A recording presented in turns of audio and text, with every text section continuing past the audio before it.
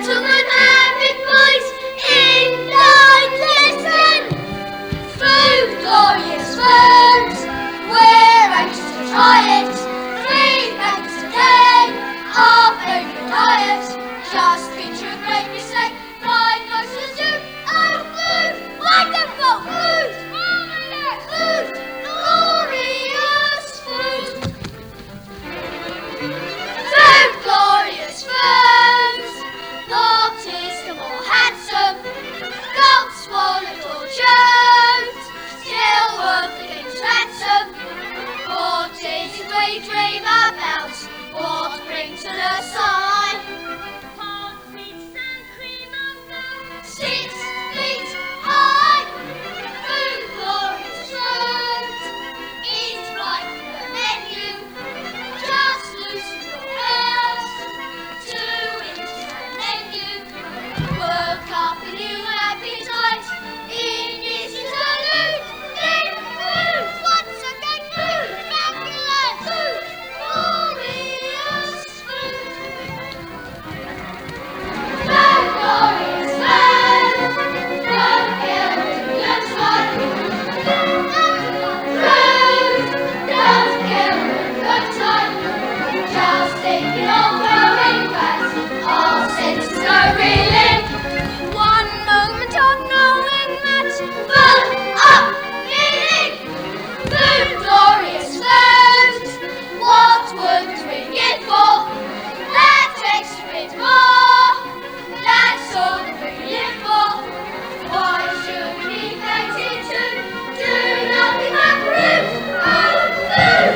Beautiful food! Wonderful food! Marvellous food! Fabulous food! Beautiful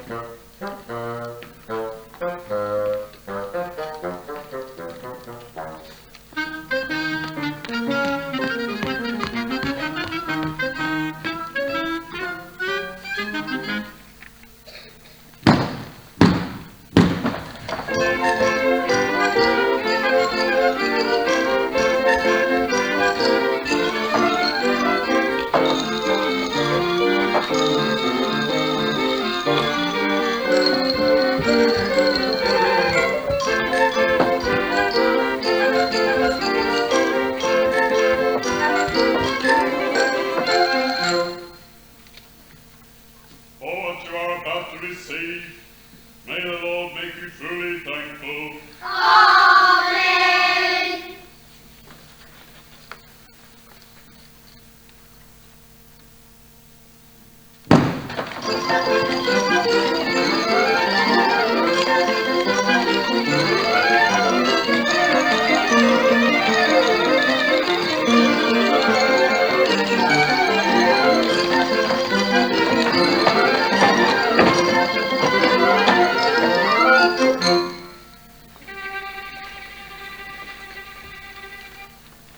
Please, sir, I want some more.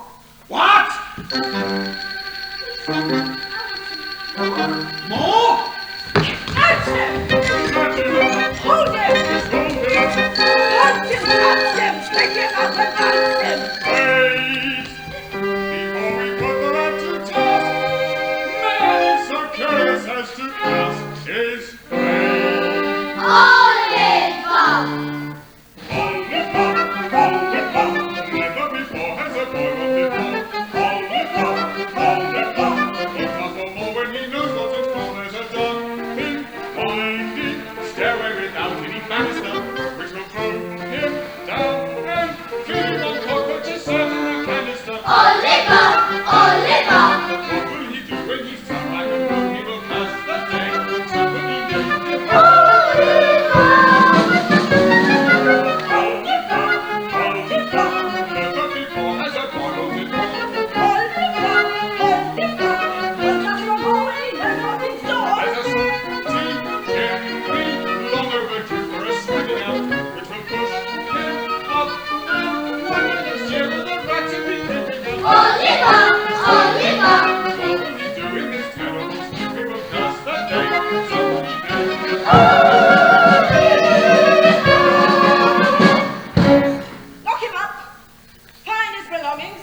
back to me when you've done.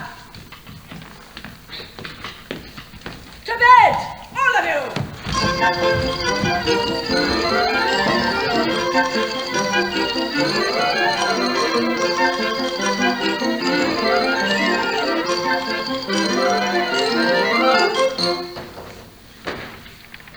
Yes, you're quite right, Mrs. Corney. We must get rid of this canker in our midst. That boy was born to be hung, Mrs. Corney. I've never been so shocked in all my days. Hush, Mr. Bumble. You must have had quite a turn. Sit down and have a nice cup of tea. It's nice to be appreciated, Mrs. Corney. These here paupers in this here parish don't appreciate me. Anti-parochial they are, ma'am. Anti-parochial. We've given away a matter of 20 loaves and a cheese and a half this very blessed afternoon. And still them paupers is not contented. Of course they're not. When would they be? Sweet, Mr. Bumble? Very sweet indeed, ma'am.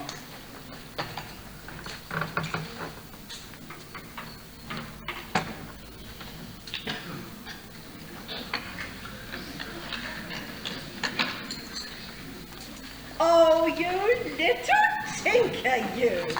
You have a cat, ma'am, I see, and kittens too, I declare. Oh, I'm so fond of them you can't imagine, Mr. Bumble.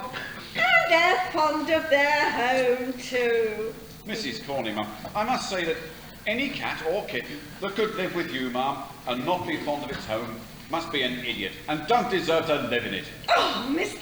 Bumble! It's no use disguising facts, ma'am, an idiot. I would drown it myself with pleasure. Oh, then you're a cruel man. An hard-hearted one and all. Hard-hearted, Mrs. Corney? Hard? Hard-hearted, ma'am? Are you hard-hearted, Mrs. Corney? Dear me. What a very curious question for a single man. What can you want to know for? Mr. Bumble, I shall scream.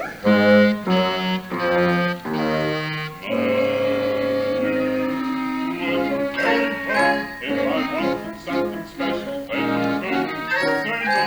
Did I really catch you smiling? Yes, I did, and it's because if your hand is close, I'll press it. Yes, you like it, come confess it. Yes, you do. No, I don't. Yes, you do. I shall scream. Till my hands into my rescue, I shall scream. Princess Melody, see us, if I ask you now, say what will my queen do? I shall scream.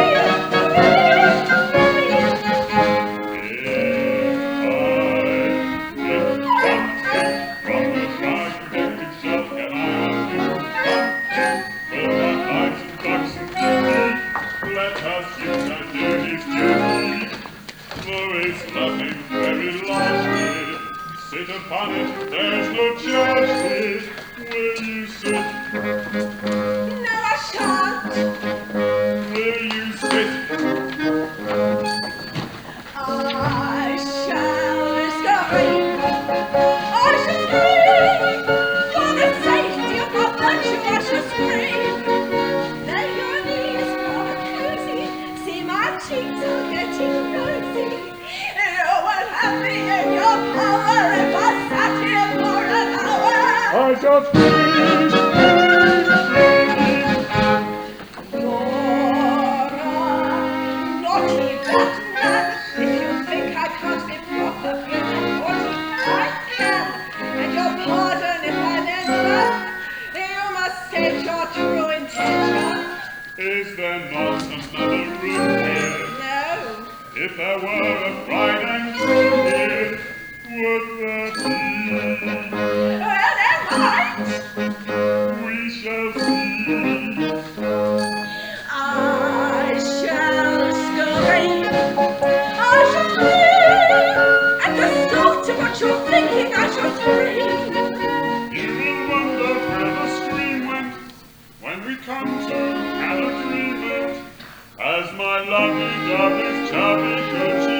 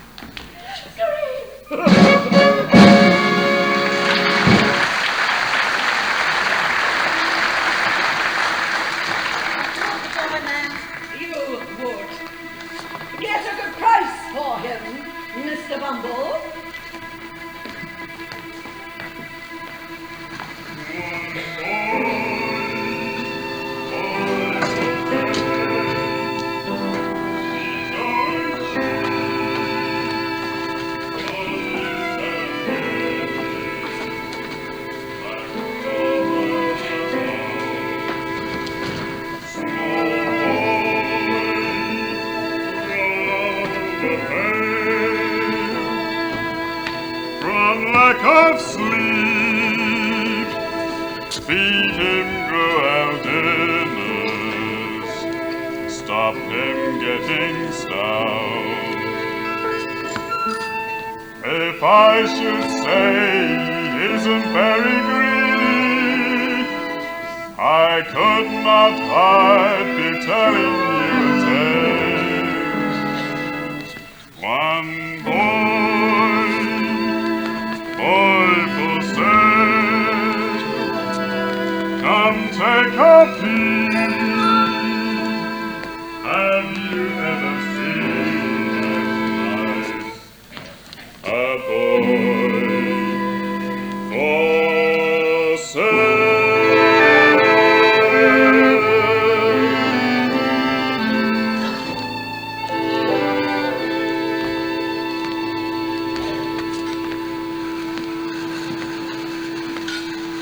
Liberal terms, Mr. Sowerberry, liberal terms, £5, please. As a matter of fact, I was needing a boy. Good, then it's settled. £5, please. If you don't mind. Cash upon liking, Mr. Bumble. Cash upon liking. Mrs. Sowerberry. What is it? Would you have the goodness to come here a moment, my dear? Well, what do you want? Well, what is it? My dear, I have told Mr. Bumble Hello, Mr. Bumble. Hello, Mrs. Sowerberry. that we may consider taking in this boy to help in the shop. Dear me, he's very small. Yes, he is rather small, there's no denying it. But he'll grow, Mrs. Sowerberry, he'll grow. I dare say he will on our victuals and our drinks. These workhouse boys are a waste of time. They always cost more to keep than what they're worth. Still, you men always think you know best. What are you going to do with him? There's an expression of melancholy on his face, my dear, which is very interesting. He would make a delightful coffin follower. Oh, what? I don't mean a regular coffin follower to follow grown-ups, but only for the children's practice. Oh, it would be very nice to have a follower in proportion, my sweet. A superb effect. The more I think about it. For once, just for once, you might have a decent idea. Very well then, boy, what's your name? Oliver. Oliver Twist, A Mom. singular name. I'm arm and one of my own choosing. Yours, Mr. Bumble? Mine, Mrs. Sowerberry. How's that, Mr. Bumble? The boy's mother came to us destitute. Brings the child into the world, takes one look at him, and promptly dies without leaving so much as a forwarding name and address. Dear, dear. Well, Oliver Twist, do you think you could look like that gentleman up there? Maybe, if I had a black hat. Oh, never mind about black hats. The boy's quite right. Get the boy a black hat. Now then, Oliver. You see that gentleman? You go and stand there under the picture.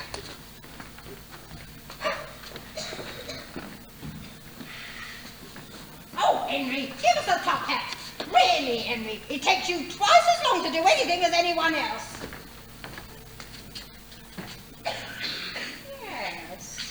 Yes, for once, Henry, you've had a good idea. And you hold that expression for a long time, boy, with a crowd watching you. Yes, Mom, I think so. He's a born undertaker's flute. I can see him in a black silk suit, following behind the funeral procession, with his features fixed in a suitable expression. There'll be horses with tall black plumes to escort us to the friendly tombs.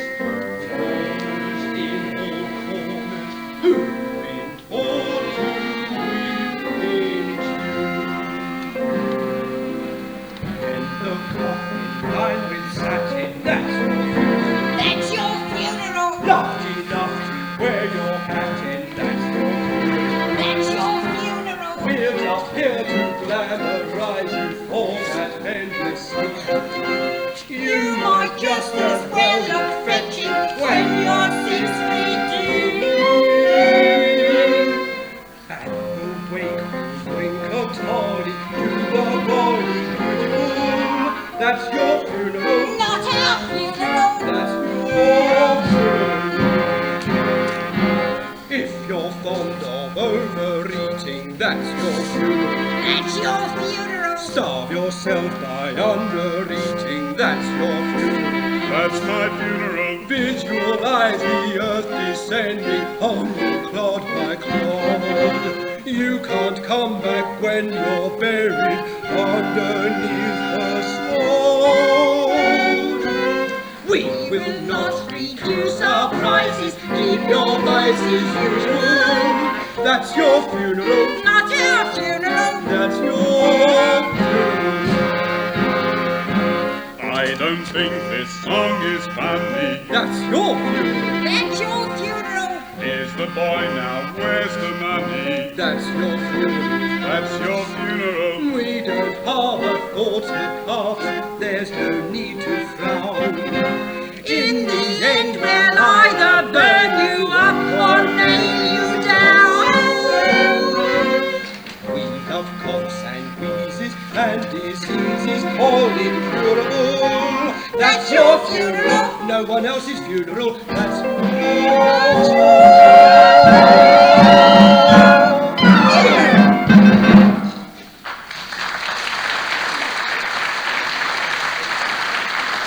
Very well then, boy. That's your job. Junior coffin follower. Have you eaten yet? No, Mum, not since. Charlotte! Charlotte! What? Bring up some of them cold bits we put out for the dog. It hasn't been in all day, so we can go without them. I dare say the boy isn't too dainty to eat them, are you, boy? Charlotte, this is the new boy. We'll give them to him.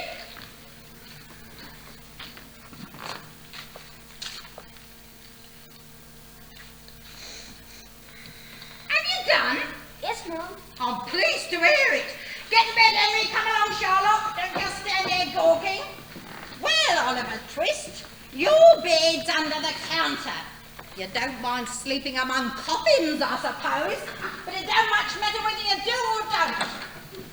You can't sleep nowhere else.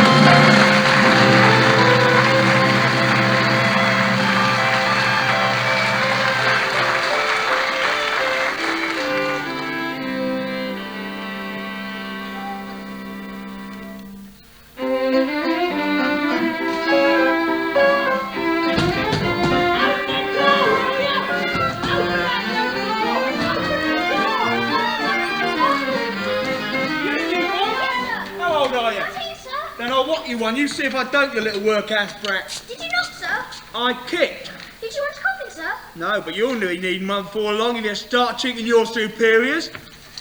You don't know I am, I suppose, workhouse. No, I can't say as I do. Well, I'm Mr. Noah Claypole, and you're under me.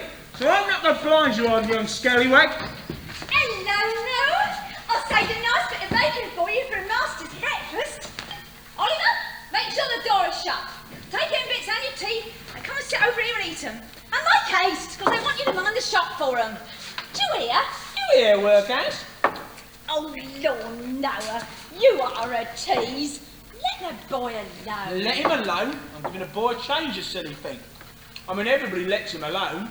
His father left him alone. His mother left him alone. They all let him alone. Except dear old, kind old Noah. Starlight? Oh, you are a one. Workhouse, how's your mother? You leave my mother out of it. She's dead. What'd she die of, workhouse? Shortage of breath? Never you mind. Oh, but I do mind. Well, you better not say any more. See? Better not. Better not if you don't mind. The cheek of it. The workhouse cheek of it. My mother, he says. She's nice and she is.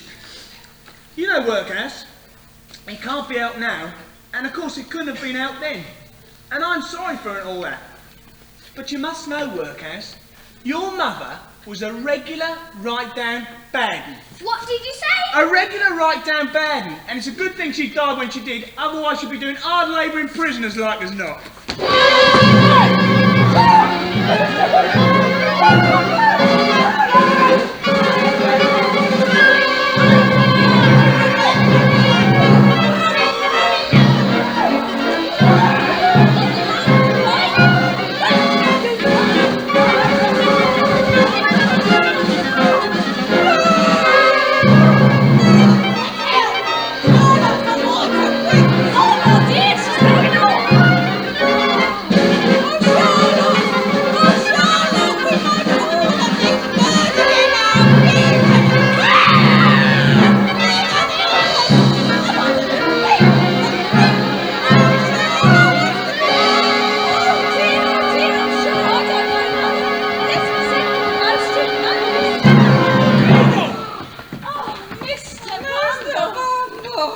Where is he, dead? Very much alive. Oliver! You let me out of here.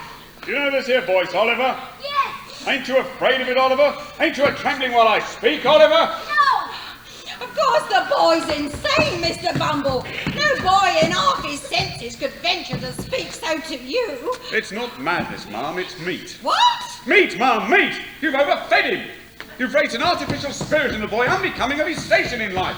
If you'd have kept him on gruel, this never would have happened. Dear, dear. This is what comes of being generous. Ah, yes, indeed. The only thing that could be done now that I know of is for me to take him back for a day or so and keep him starved down. He comes of a bad family. What's going on in my parlour? That boy, Oliver. You've no idea what he's been up to. We've had to look him up. Never in all my life. Now, you're a nice young one, aren't you? He called my mother names. And what if he did, you little ungrateful wretch? She probably deserved what was said and worse. She didn't. She did! It's a lie.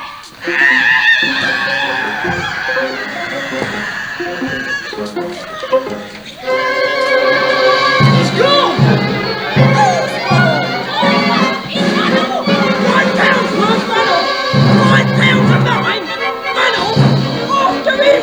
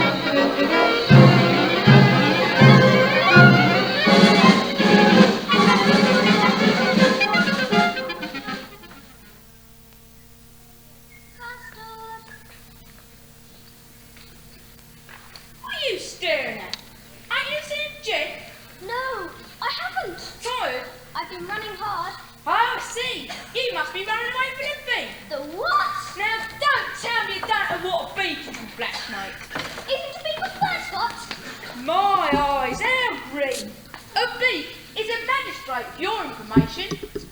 Hungry? Starving.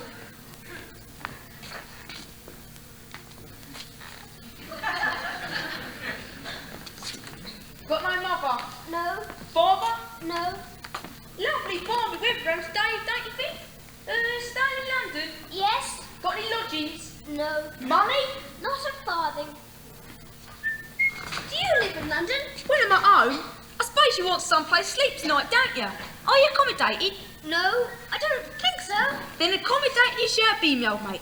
There's a certain house, and I know a respectable old gentleman that lives there. What'll give you lodgings for nothing, never ask the change. That is if any other gentleman what he knows introduces you. And does he know me? I should say does, not half he don't, and some. Who is this respectable old gentleman? Is he a charity sort of gentleman? Well, I wouldn't exactly say that. Not exactly. But if I introduces you, it's all right. On account, I happen to be a particular favourite, Mr. Fagin. That's his name, Mr. Fagin. By the way, if I'm introducing you to Fagin, I bet know you on me old China plate. My name's Oliver. Oliver Twist. And my name's Jack Dawkins. Better known more intimate friends as the Artful Dodger. Pleased to meet you, Mr. Dawkins. Come to think of it, I ain't got no intimate friends. Still, what's the difference, me old pork sausage? You'll come with me. Are you sure Mr. Fagin won't mind? Mind? Consider yourself at home. Consider yourself one of the family.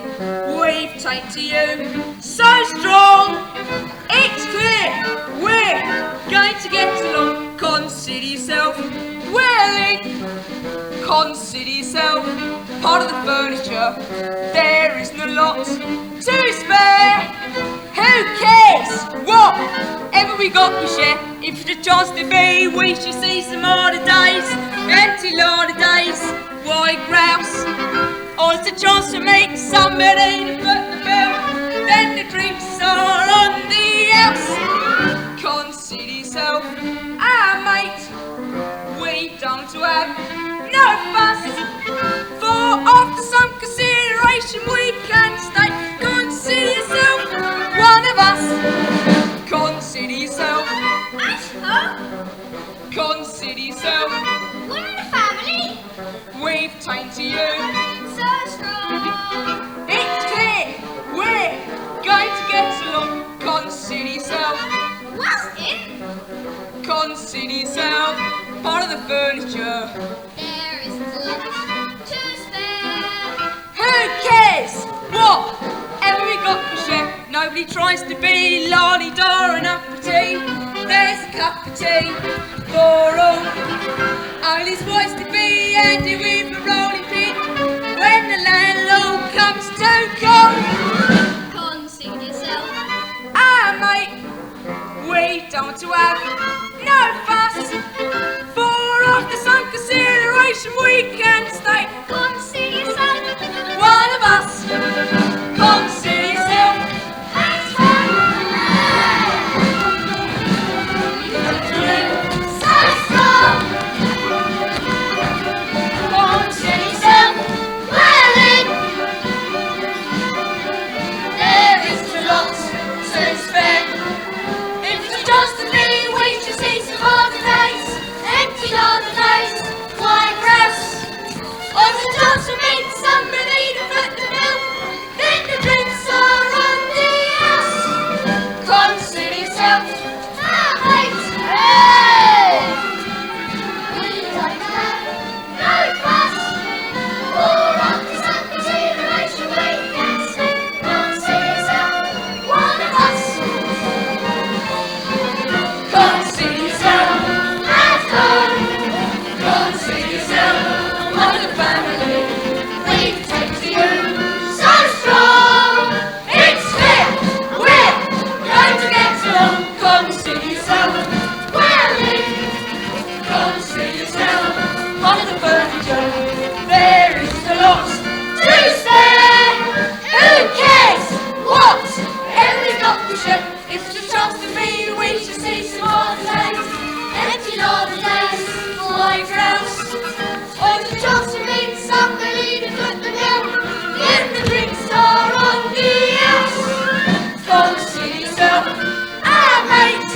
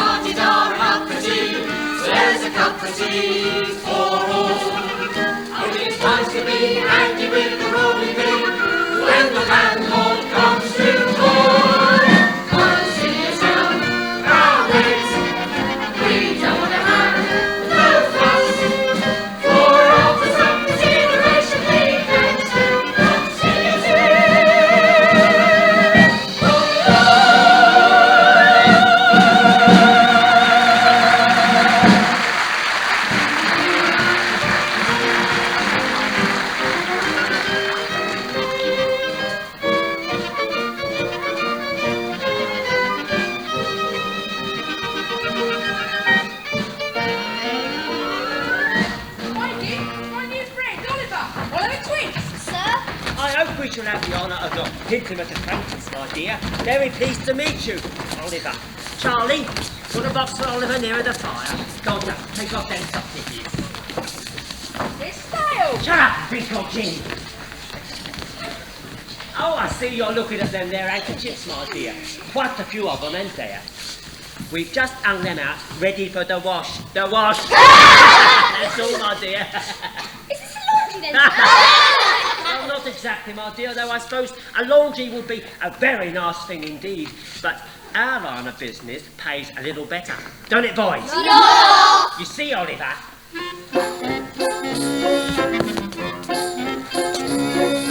In this life, one thing counts in the bank, large amounts. I'm afraid these don't grow on trees. You got to pick a pocket. Got to pick a pocket or two, boys. You've got to pick a pocket or two. Large amounts don't grow on trees. You have to pick a pocket or two. Let's show Oliver how it's done. Why should we break our backs foolishly paying tax? Better get some untaxed income. You've got to pick a pocket or two. You've got to pick a pocket or two, boys. You've got to pick a pocket or two. Why should we all break our backs? You have to pick a pocket or two. Robin Hood. Wait. Robin Hood. Charity finds us right to mind. Get up, pick a pocket or two. You've got to pick a pocket or two, boys. You've got to pick a pocket or two.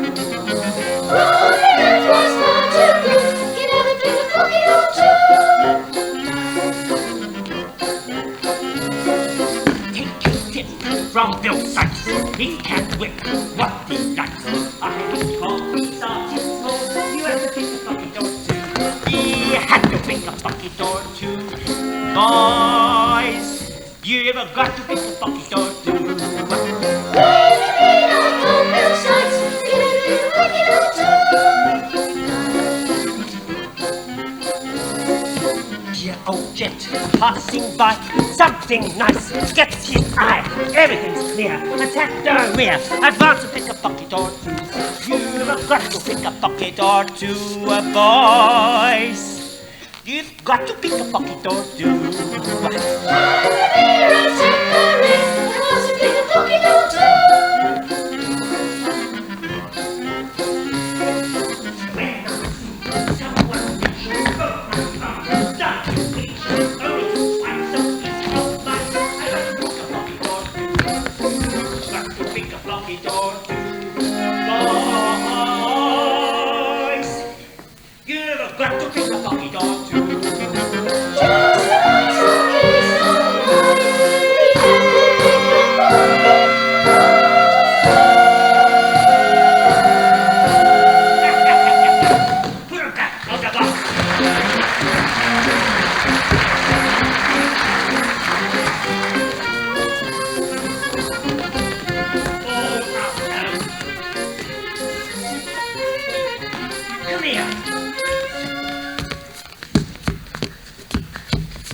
What a crook. Now, I hope you've all been working hard today, my dears. Hard as rocks. Good boys, good boys. Now, what have you got, Dodger? Couple of wallets. Not as heavy as they might be, but very nicely made. Ingenious workman, ain't he, Oliver? Very ingenious, sir. And what have you got, Charlie? 2 nose rags. Very nice ones, very yellow and green. You ain't embroidered them too well, though, Charlie. We'll have to pick out them initials with a needle. You'll need to learn how to do this too, Oliver. Won't he, boys? Yeah, not off. But in the meantime, you've got to learn how to make wallets like Dodger and Charlie there. You'd like that, wouldn't you? Oh, yes, Mr. Fagin. If you'll teach me. Certainly, my boy, no fee. Just you do everything you see Dodger and Charlie do. Make them your models, my dear. Especially Dodger.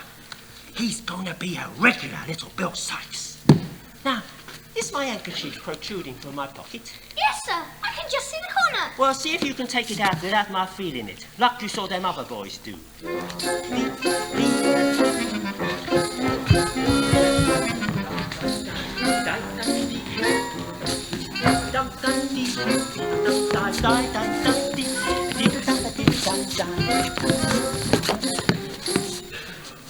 score? Yes, sir. It's in my hand. Is it? What a clever boy. I never saw a sharper lad. Here's a sixpence for you. I'll have to go to the bank. If you go on like this, my dear, you'll be the greatest gentleman ever. Why? You're quite a gentleman already, ain't you? You've got a sixpence on credit, and you've got a home and a profession. Now, boys, to bed, everyone. You've got a hard day's work ahead of you tomorrow.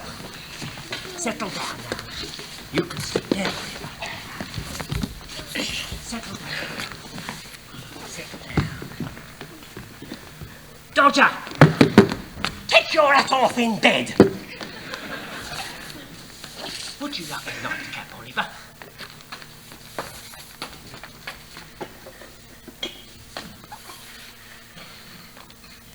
I'm afraid the Wedgwood's in the safe.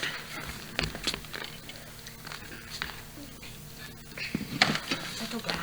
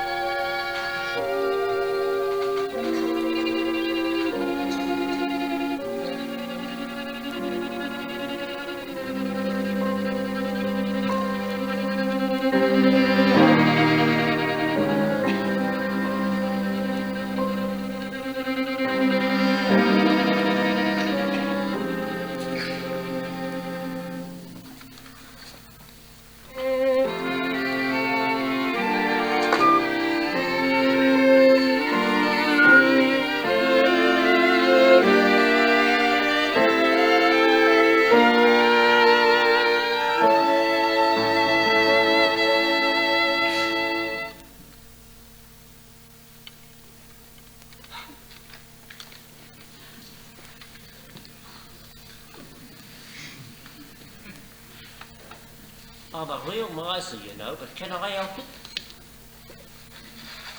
This is my little pleasure. I just like to look at it. A cup of coffee and a quick count up.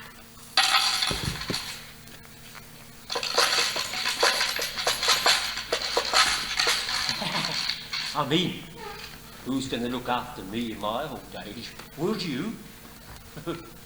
Would you? You! Why are you asleep? Why aren't you awake? I want to hear everything that you saw. I couldn't sleep anymore, sir. I'm very sorry if I disturbed you, sir. Was you awake 5 minutes ago? No, sir. 2 minutes ago? No, sir, no, sir. Be sure, be sure. All right, then. I'm sure. All right then, my dear. If you're sure, I'm sure. Of course, I knew all along. I was just trying to frighten you, Oliver. You're a brave boy, a brave boy. Did you see any of my pretty things, my dear? Yes, sir. They're mine, Oliver, mine.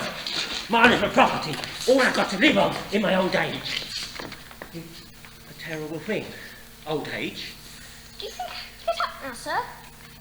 Certainly, my boy, certainly. There's a basin of water in the corner. You can have a wash. But I washed yesterday, sir. Well, today's your birthday. Wash. Mommy, I'm glad. Nancy. Wake up, boys. The ladies are here. Well, have less of that if you don't mind. Where's the gin? All in moderation, my dear. Too much gin can be a dangerous thing for a pure young girl. And what's wrong with a drop of danger then, Mr. Pagan? After all, that's the only bit of excitement we have around here. And who would deny us that small pleasure? Would you? Small pleasures, who would deny us these? Gin tonic, large pleasure, no skipping if you please. I love life is a game of love. I never tire of it, leaving a very if you don't mind having to go with that thing, it's a fine night. It's fine. Though we take all jolly on pleasure as it's a fine night. It's fine. When you've got someone to love, you forget your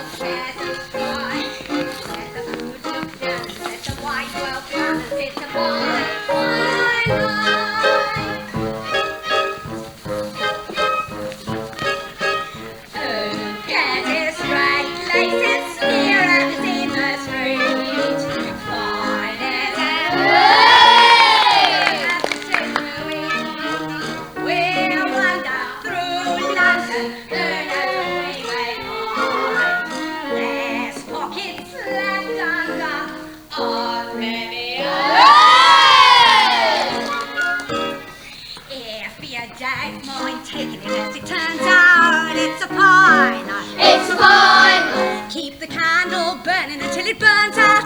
It's a fine life. It's a fine life. But you sometimes do come by the occasional black eye. You can always cover one till the black's the other one, but you don't dare cry. No glances, no feathers, no from furry love. All winds and all weathers, and your fancy clothes. These trappings, these tatters, these we can just afford. What future, what matters? We've got our bed and board. If you don't mind how to deal with vagrants, It's fine. though disease rats threaten to bring the plague in, it's a fine life. It's a fine life. But the grass is green and dense on the right side of the fence. But we take good care of it that we get our share. And we don't mean this. If you don't find out to like a lump, it's a fine life. It's a fine life. Though there's no tea sipping and eating crumpets, it's a fine life. It's a fine life. Not for me, the young, happy boy.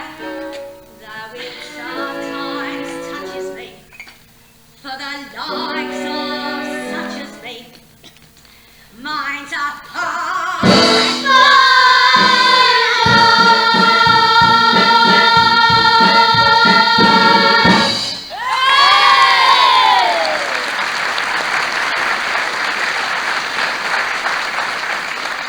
Easy, Megan. Oh, ladies, I forgot to introduce you to our new lodger, Mr. Oliver Twist Esquire, Nancy and Bet. Sure, to meet you. Oh, we're all ladies and gentlemen here. We're all quality. You wouldn't know quality if you saw it, none of you, except Dodge. Have you seen the way them quality gentlemen treat their ladies? Of course I have. Shall we show them how it's done? Right, yeah. Go on, Nancy, give us a free Hang up, you lot. How does he go now, Dodge? It's all bowing and that's all, friends. Don't let your petticoat dangle in the mud, my darling. And I'll go last. Oh, you're lost. I'll go last.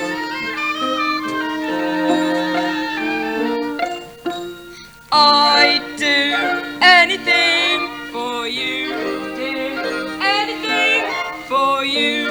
Mean everything to me. I know that I'd go anywhere for your smile. Anywhere for your smile. Everywhere I'd see you. Would you climb a hill? Anything. Wear a daffodil? Anything. Leave me all your will. Anything. Leave a pot my bill. What fish because I reach everything for one piece. Everything, yes I do. Anything for you. You, Oliver. You do everything you like. You're not any more than that.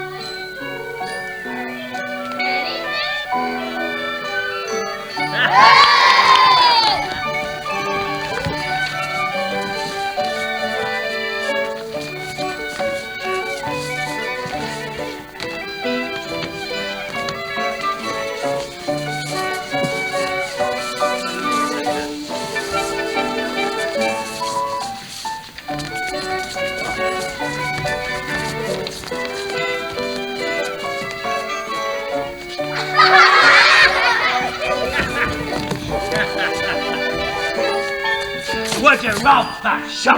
Anything, Would you risk a drop? anything, So your eyes go pop anything, when you come down?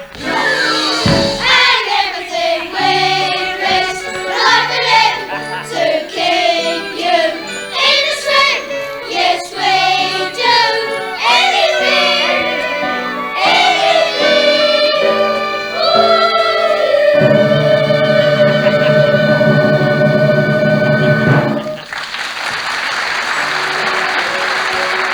Come on, you lot! Come on, you lot! There's work to be done. And rich pickings out there in the streets. Get out and earn your keep. Soldier! Soldier! You take Oliver with you. You've got to make a start somewhere, my dear, and believe me, you couldn't make a finer start. Good luck on your first job, my dear. I'll be waiting for you here when you come back.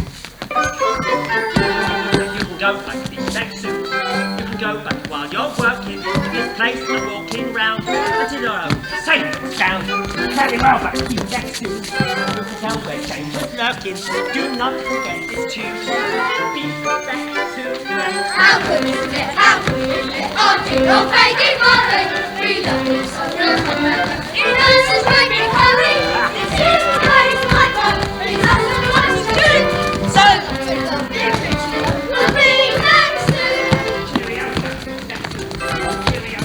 Let's sing fun and cheese, and you will be a clever thief. Very quick and be back soon. There's a sixpence here for 20. Do not forget this tune. Be back soon. Oh, no, no, go back to the funny era. And I'll miss that little front tower. We know the motion runners, but they don't know this tune. So, we'll be back soon. Cheerio, back soon. I don't know, somehow I'll miss you. I love you, that's why I love you. Cheerio, love you, bye. Come on, back soon. Give me one more last of pleasure. Remember this old tune. Be back soon. We must be we'll be back in today and tomorrow. When you shoot in this summer, the mind is touched with sorrow. And when we're in the distance, you'll hear this whisper tune. So look for the picture, we'll be back soon. Cheerio, We'll be back in today and tomorrow. When you shoot in this summer, the mind is touched with sorrow. And when we're in the distance, you'll hear this whisper tune. So look for the picture, we'll be back soon. And when we're in the distance, you'll hear this whisper too. So look for the picture, we'll be back soon. So you'll be back soon. So look for your big picture, we'll be back soon.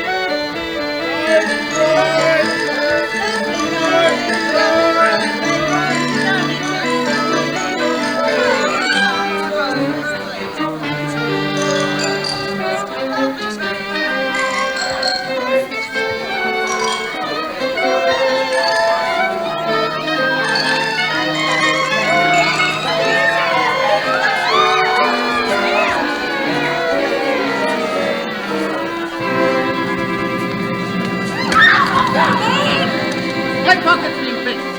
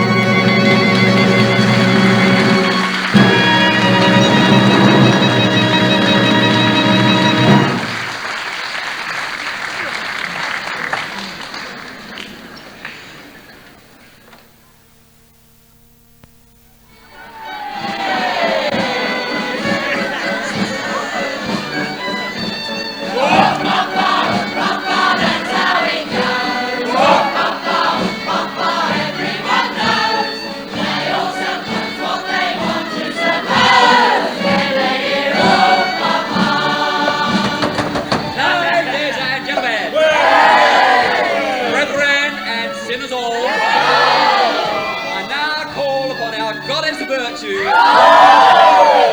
Her rendition of an old school song, Oh Papa.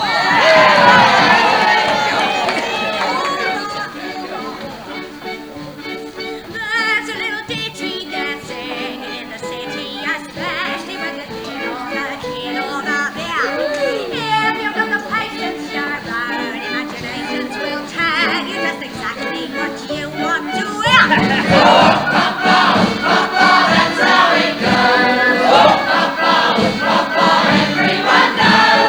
They all suppose what they want to suppose when they hear oh papa. Mr. Percy Snodgrass would often have the old laugh, but never anybody can see. Secretly lying and drinking on the quiet and dreaming of the morning.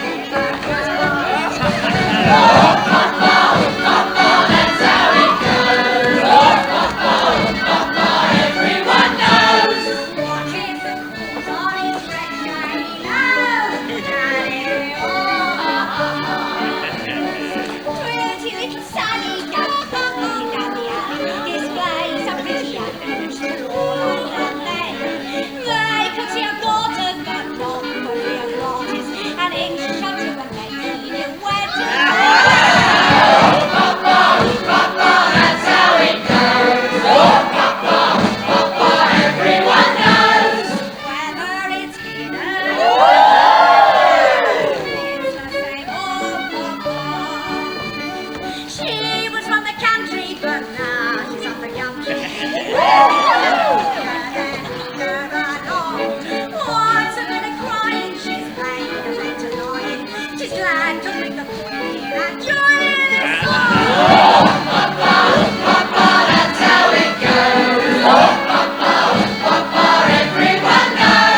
She is no longer the same as all together.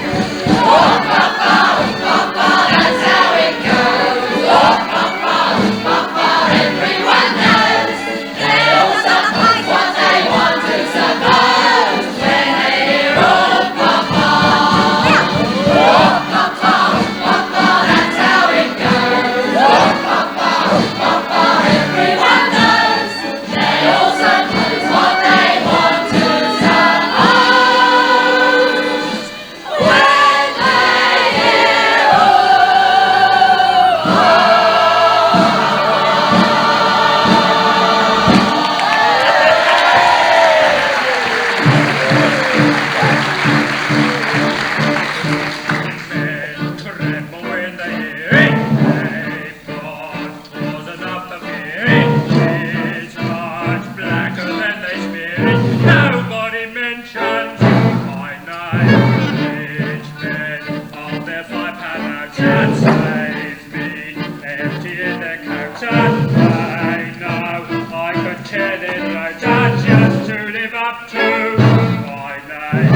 With me, Jimmy in my hand, let me see the man who did stop me taking what I know. He can start to say his prayers. Biceps like an iron sweater, for doing of a murder. If I just so much as had a blow, even whisper my name. Outside!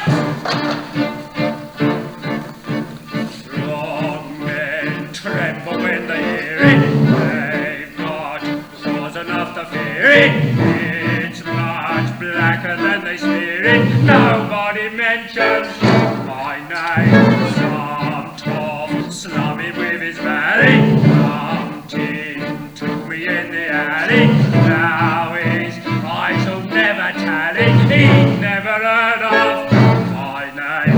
One bloke used to boast a claim he could take my name in vain. Poor bloke, shame he was so clean, never was he seen again. Once bad, what's the good of turning green? Hell, can't be there a burning. Meanwhile, think of what I'm earning, all on account of my What is it? What is it? My love.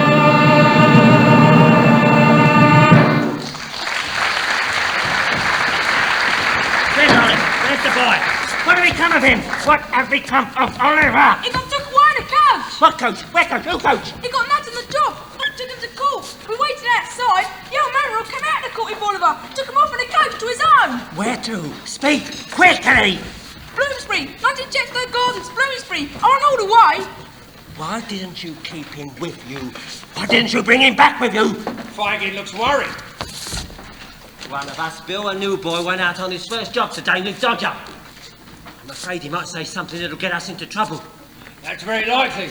You're blown upon, Feigin. I'm afraid, my dear, that if the game was up with me, it would be up with a good many more. And it would come out worse for you than it would for me, my dear. So let's find out what's been done or said.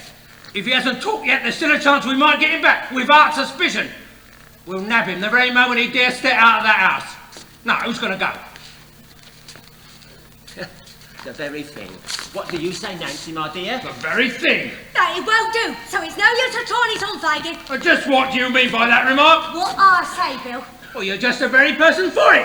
Nobody up that way knows anything about you. And as I don't want them to neither, it's rather more no than yes with me, Bill. She'll go, Feigin. No, she won't, Feigin. Yes, she will, Feigin. Go on, get out.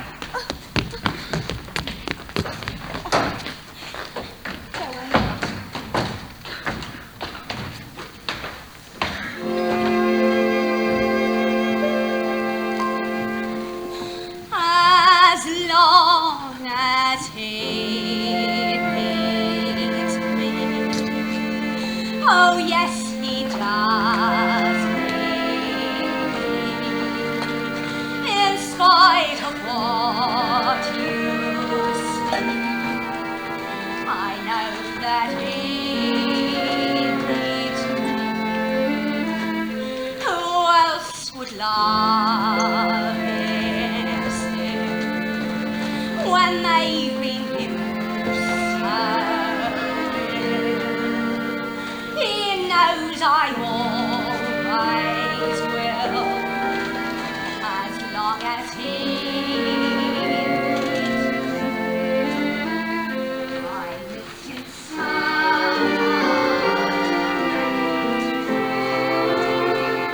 But when he's near me, I don't let on the way I feel.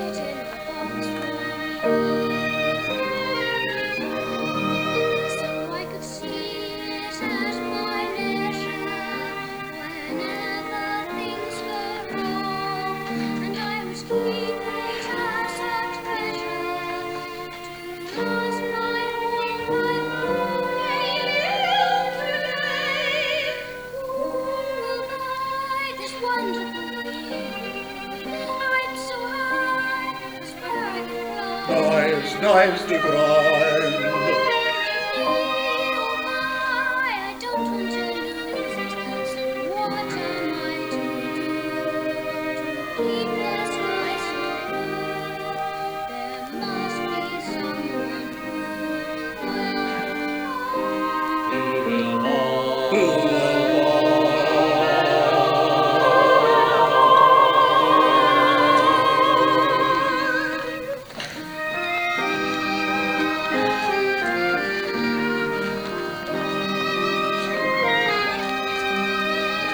Come in, Doctor.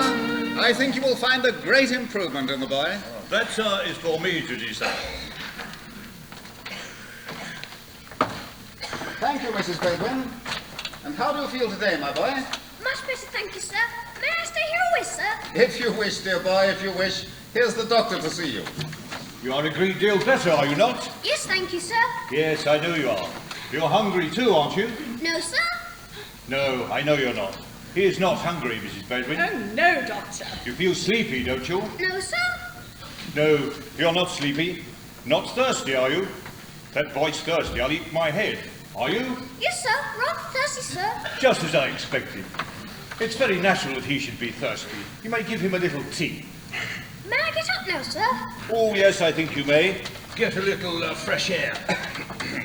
Don't keep him too warm, Mrs. Bedwin. But be careful not to let him be too cold. Will you have a good look? Oh, certainly, Doctor. You'll be glad to be up again, Oliver. Doctor, do you notice the most extraordinary likeness between that boy's face and the portrait of my daughter Agnes? Can't say that I do. I only know two kinds of boys. Mealy-faced boys and beef-faced boys. And which is Oliver? Mealy. Where does he come from? Didn't I tell you? He was arrested for stealing my pocket handkerchief. What, sir? It was all my mistake. And when the shopkeeper told us what really happened, and he was released by the magistrate, I brought him here to make what amends I could. But I must confess, I find myself strangely attached to the child. He is deceiving you, my good friend. He has had a fever. What of that? Fevers are not peculiar to good people, are they? Bad people have fevers at times, haven't they? He stole your pocket handkerchief, didn't he? And he'll steal more. But he didn't steal that. Yes, what is it? Books you ordered from the bookseller, sir. Ah, yes, thank you. Now, I've got some other books here. Hey, wait a moment. Hey, come back. Oh, dear, she's gone. And I particularly wish some books to be returned today. Send Oliver with them. He'll be sure to deliver them safely, you know. If he does, I'll eat my head, sir. Yes, sir. Do let me take them for you, please, sir. Oh. Oh, very well, my boy, very well. If you wish, you shall. Now, I'll tell you what I want you to do. I want you to take these books and tell the shopkeeper that you've come to pay the £4.10 that Mr. Brownlow owes. Here's £5. There's no need to rush. It's just down the road, but I shall expect you back in 10 minutes. Very good, sir. Now let us see, Mrs. Bedwin. 10 minutes. Oh,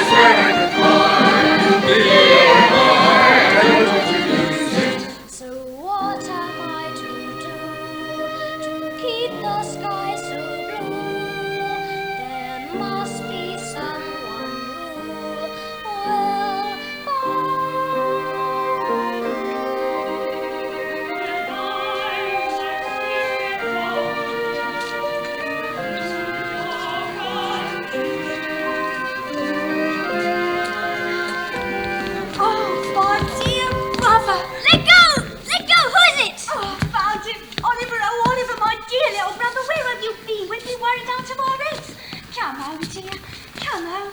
Oh, I found him, thank goodness gracious heavens, I found him. What's the matter, love? Oh, he ran away from home 2 weeks ago from his parents, who are hard-working, respectable people, and went and joined a set of thieves of bad characters. Almost broke his mother's arm. Make him come home.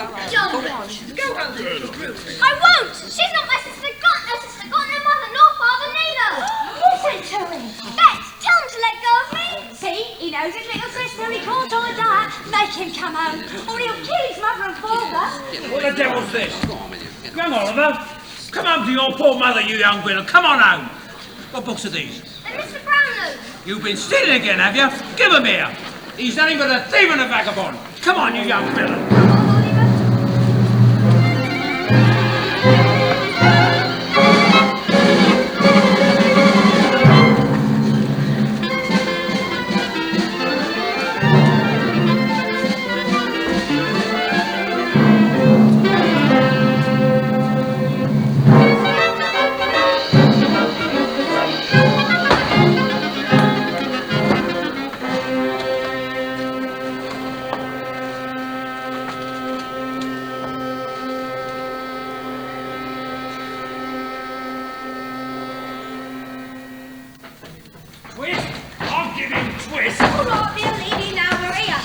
Oliver's back. He's got books, Fagin. Look at his togs, Fagin. Super fine cloth and heavy swill cap. Nothing but a gentleman, Fagin. Delighted to see you looking so well, my dear. The Artful Dodger shall give you another suit of clothes, for fear you might spoil them Sunday ones. Why didn't you write and let us know you was coming? We'd have had something warm for your supper. Hello. What's that? That's mine, Fagin. No, Bill, mine. If that ain't mine, mine and Nancy's that is, I'll take the boy back again. Come on, hand over. This is hardly fair, Bill. Fair or not fair, hand over, I tell you. Hardly fair, is it, Nancy? Do you think Nancy and me got nothing better to do with our precious time than to spend it chasing after young kids? Give it here, you avaricious old skeleton, give it here. That's for our share of the trouble and not half enough, neither. Here, start a library.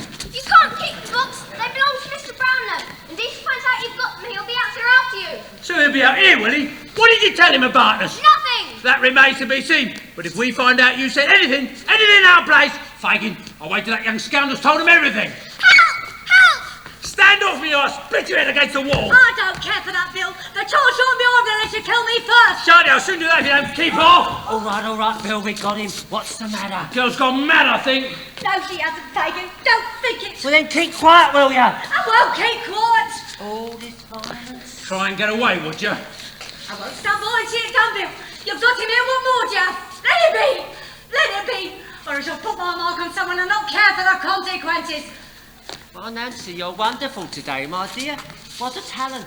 What an actress. Am I? Well, take care I don't overdo it, because I'm warning you. I'll put my finger on some of you and I don't care if I am with you. You? Do you know who you are and what you are? Oh, yes. I know all about it. Who I am and what I am. Well, then keep quiet, or I'll quiet you for a long time to come. You're a nice one. Coming all this humane and genteel rubbish. A pretty subject for the child, as you call him, to make a friend of. Lord help me, I am. And I wish I'd been struck dead in the street before I'd lent an hand in bringing him here. After today, he's a thief, a liar, and all that's bad from this day forth. Ain't that enough for you without beating him to death? All right, Sarge. We must have civil words, Bill. Civil words. Civil words? Yes, you deserve them from me. I thieved for you when I was a child half his age, and for 12 years since. Don't you forget it. Well, if you have, it's your living. Some living. What you deserve, you get. No getting or giving. Must we have murders yet? There'll be murders, there'll be terror, such as No violence. Please no violence. no Please error, no sin. there ain't no in between. No violence. If you don't mind making a mate to Satan, it's a pilot. Fine life. My life's And we Satan. don't mind keeping the angels waiting. It's a fine life. Fine life. Better do as you are told. Watch out. Bill has got an heart of gold. Get out on Better the job. not to mess with Shut it. your mouth. Better ready to fall.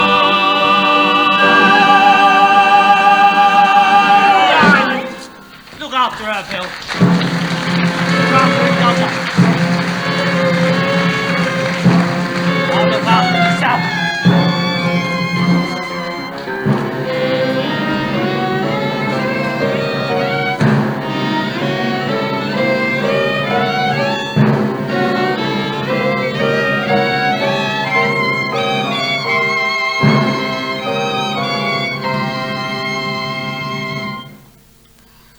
Got an art, hasn't he?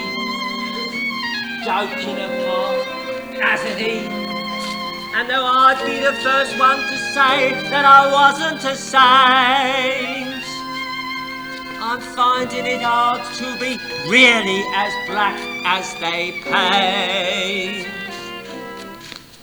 I'm reviewing the situation. Can a villain be a villain all his life? All the trials and tribulations. Better settle down and find myself a wife. When a wife will cook and sew for me and comfort me and go for me and go for me and nag at me, the fingers she will whack at me, the money she will take from me, the misery she'll make for me. I think I'd better think that out again.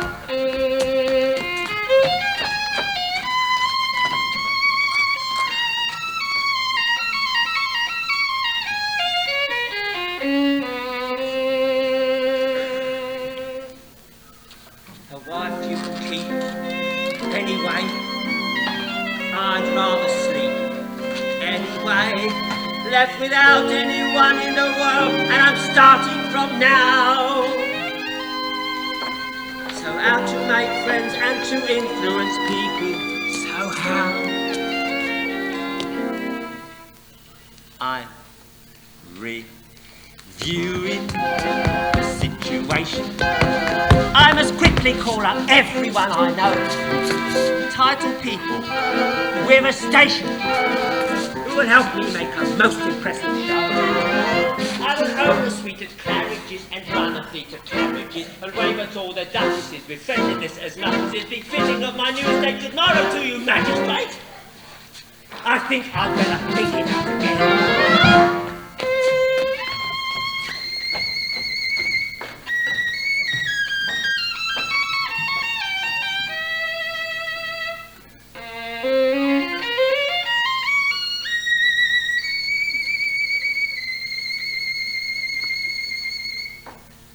So where can I go?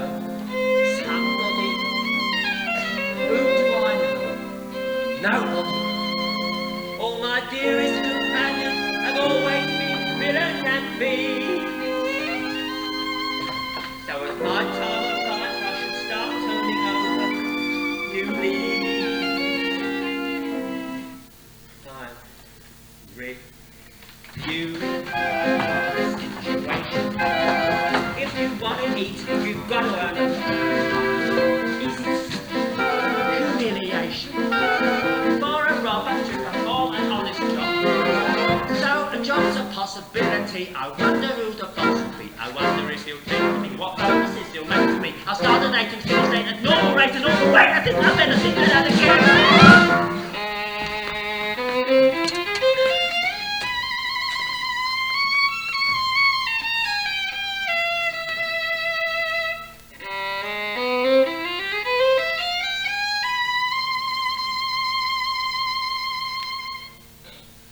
What happens when I'm 70?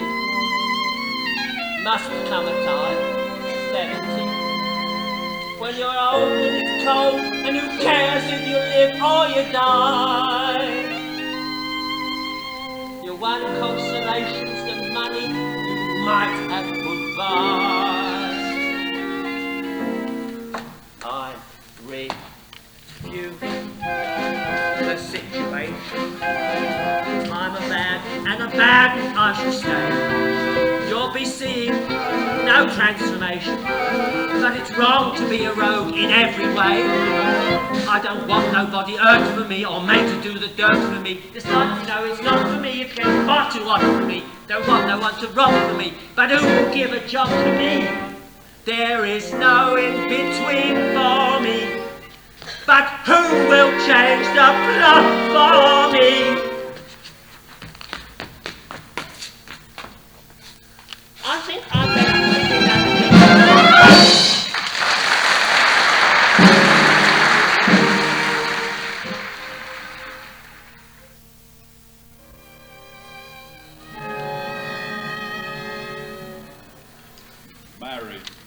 2 weeks ago tomorrow it was done. It seems an age. I sold myself for 6 teaspoons, a pair of sugar tongs, and a milk pot. A small quantity of second-hand furniture and £20 cash. I went very reasonable. Cheap, dirt cheap. Cheap! You would have been dear at any price, and dear enough I'd pay for you, Lord above knows that.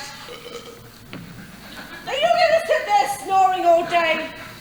I'm going to sit here as long as I think proper, ma'am. And although I was not snoring, I shall snore, gape, sneeze, laugh or cry as the humour strikes me, such being my prerogative. Your prerogative. I said the word, ma'am. The prerogative of a man is to command. And what's the prerogative of a woman, in the name of goodness? To obey, ma'am. Your late unfortunate husband should have taught it to you. Then perhaps he would have been alive today. I wish he was, poor man. Oh, you hard-hearted brute! Cry away, ma'am. It opens the lungs, exercises the eyes, softens the temper, and washes the face, so cry away. How dare you talk to me like that, you crazy lump! Now talk about your prerogative if you dare! Shut up! And take yourself away from here unless you want me to do something desperate. Well, are you going? Well, certainly, my dear, certainly. I have no intention of staying. Just that you're so very violent. Who's there? It's Matron. Come here. Nearer. It's old Sally, ma'am. She says she's got something to tell you that must be heard. She'll never die quiet till you hear. Turn her away. Go on. I'm Get your out old of it. friend, aren't I? Go on, get out of it! Now listen to me. Once, in this very room, on this very bed, I nursed a pretty young critter that was brought into the house with her feet all cut and bruised with walking. She gave birth to a boy and died. What about her? I robbed her. I robbed her, so I did. All she had were round her neck, and it were gold. Gold? Go on, yes, what of it? Gold? This is it. Lock it, lock it. She whispered in my ear that if her babe should live, the day would come when he might feel proud to hear his poor mother named. It's my belief she come from a good rich home. The boy's name? They called him. Yes. They called him. Yes. Oliver.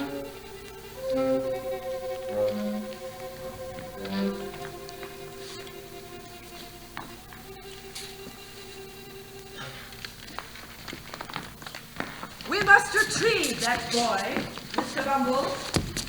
We must indeed, ma'am. We must indeed. Oliver! Oliver! That was the light of the large appetite. Oliver! Oliver! Apparently he's from a rich family. And to think we nearly stupidly went and lost track of him. If the truth were known, we would delighted to see the back of him. Oliver! Oliver! What will we do? We must give him his due. And And we'll we'll praise the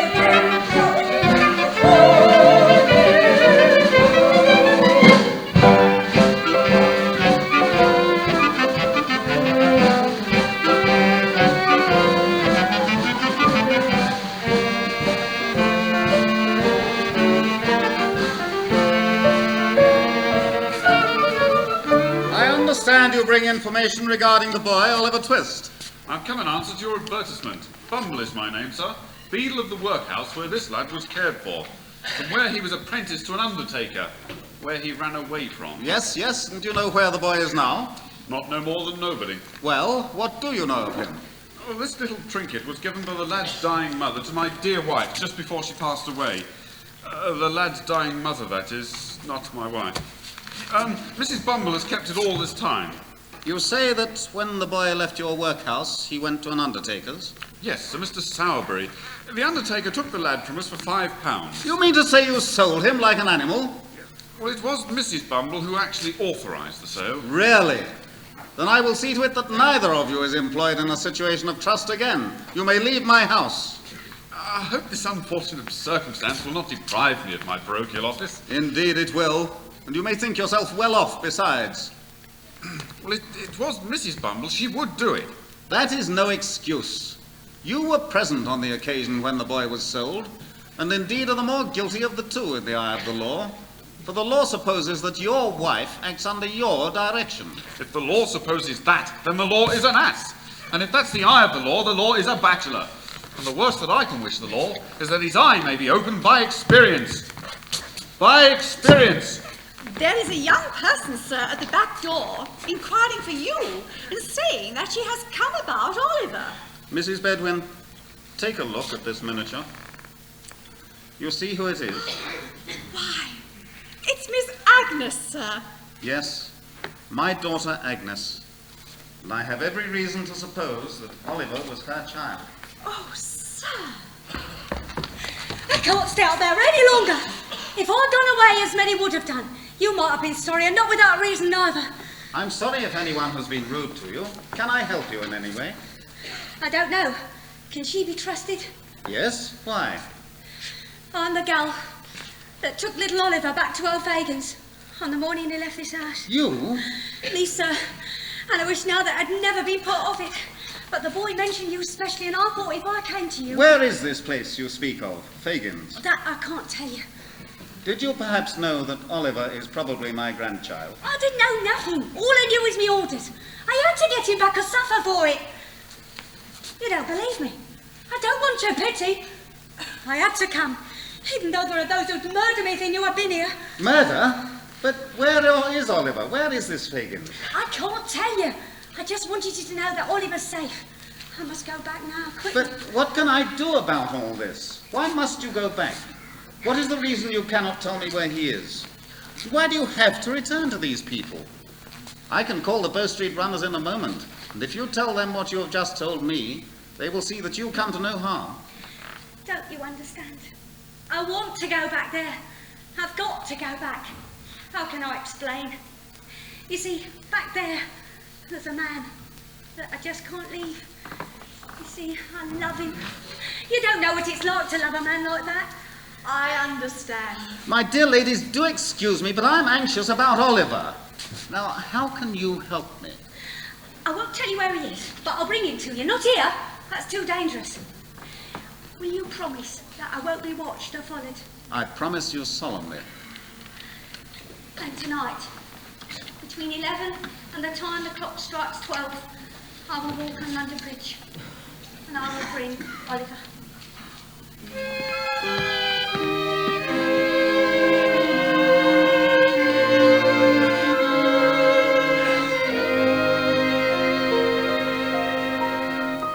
He doesn't act as though he cares, but deep inside I know he cares. And that is why I try right by his side.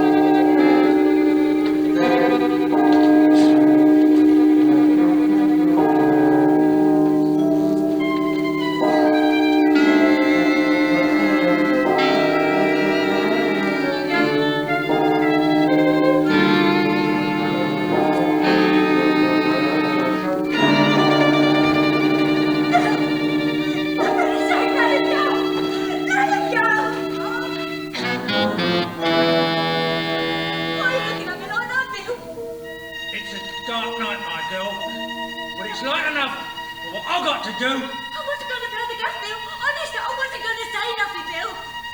Bill?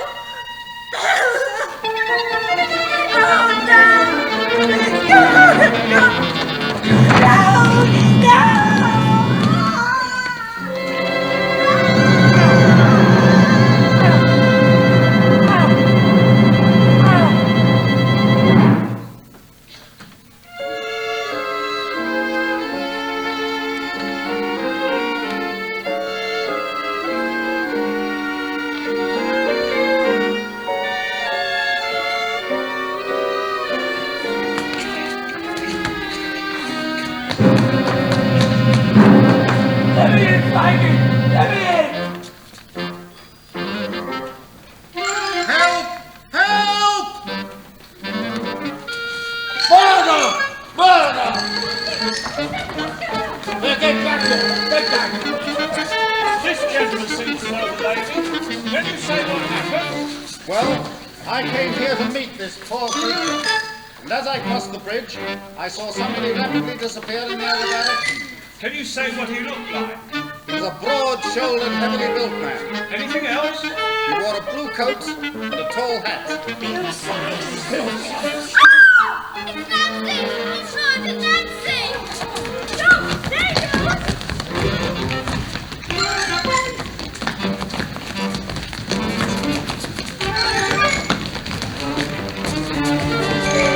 Get in! Get in! Stand back or kill the boy! Bang!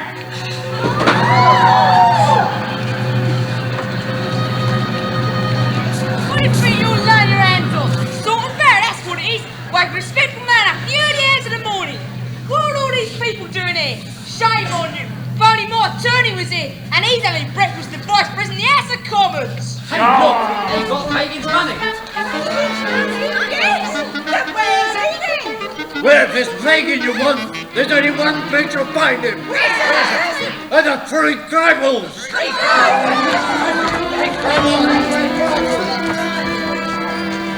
Come, Oliver. We'll take you home now.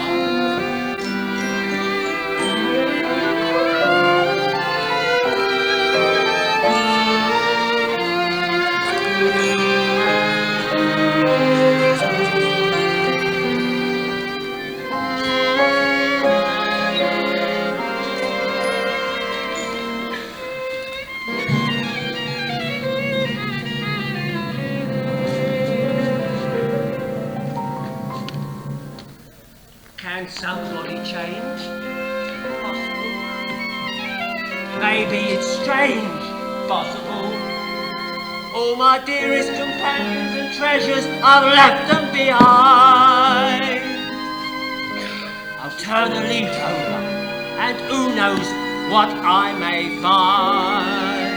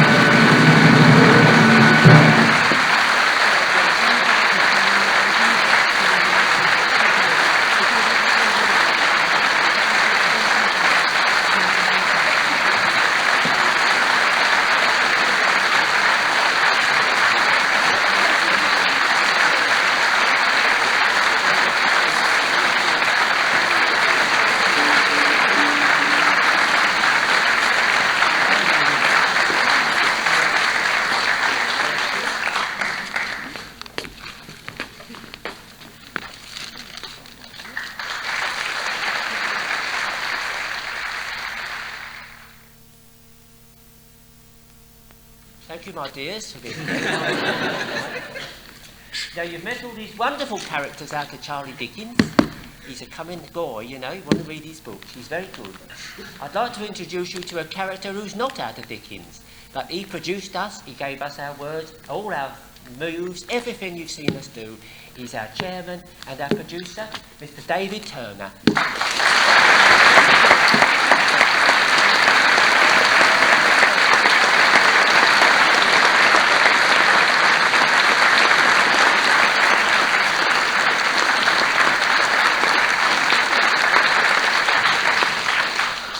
Thank you very much, ladies and gentlemen. You have, of course, being our last night audience, a special place in our affections.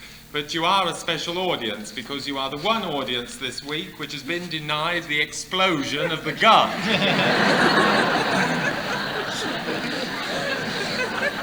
Can't win, can you? We have been a very large and happy family, and the family is all complete tonight for the very first time in the whole week. Most of them are concealed. I'd like you to meet the rest of the team. Come on, boys.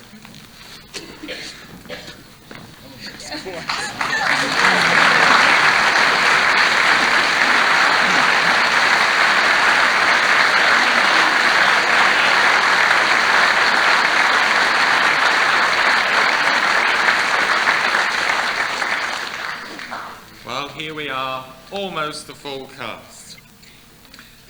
Not quite the full cast, because you know, when you go on the stage, one of the best pieces of advice that you are given is that you don't appear with children or animals. Can I introduce you again to Hamish, wherever he may be?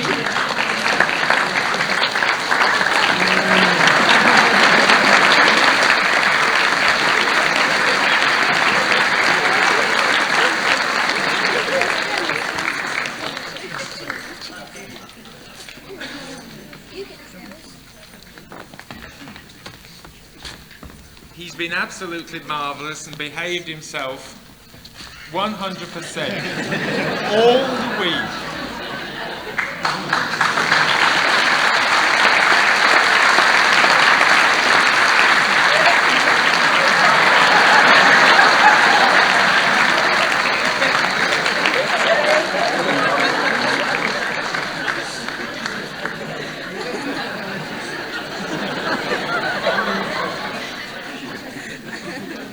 A lot of people have worked very hard. You see, you can't win.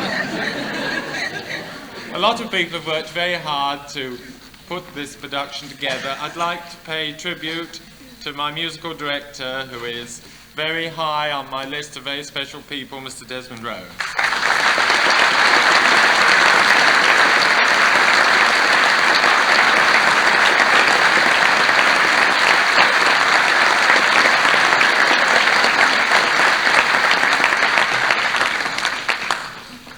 And someone who, in the laborious weeks of rehearsals, laboured away and taught all the music and the notes.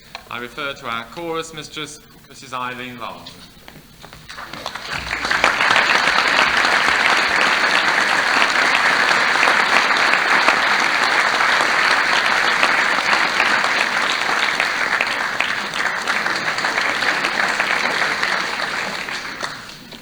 And a very special person who contributes perhaps not to this particular production, but to the life of the town in general. I refer to the Mayor of Worthing, who has honoured us with his presence tonight, Councillor Bowles.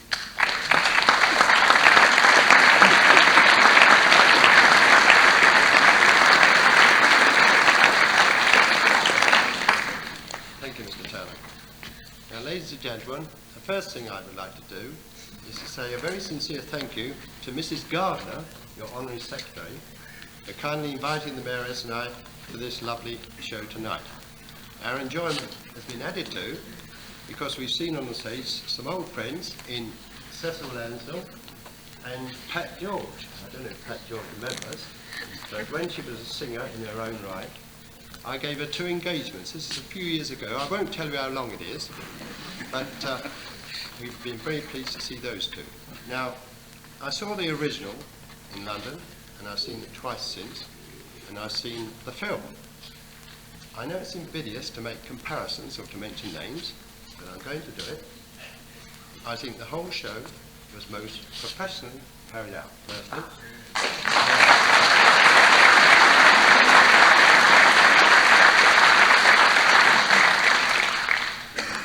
And I must mention Fagin, Nancy, and the Artful Dodger. I think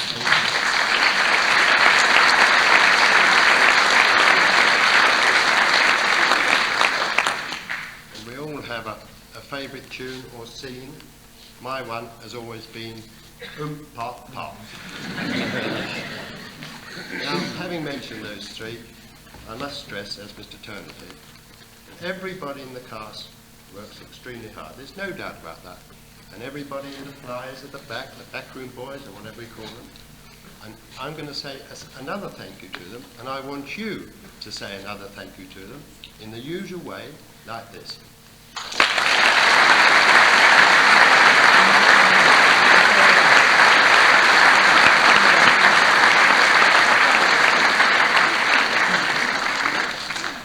This has been a very happy week for us. We've played to some wonderful audiences. We will be back, we hope, in the spring of next year again in this theatre, when we will be presenting The Sound of Music. We will be in the Assembly Hall in September for 4 performances of a collection of all your favourite music from your favourite shows, which we have called The Magic of the Musicals. We hope that we may have your support on those 2 occasions. I'd also like to put my other hat on. I do wear 3 tonight, one as the producer of this show, one as the chairman of this company, and the other as the general manager of this theatre.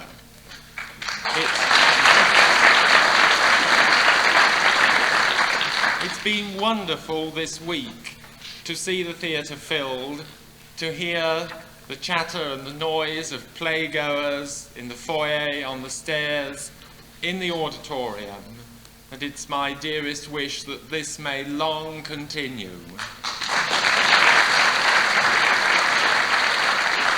The professional season will start on the 11th of June with Oscar Wilde's An Ideal Husband, and we hope very sincerely that you will come and you will support that as well as you have supported this production this week.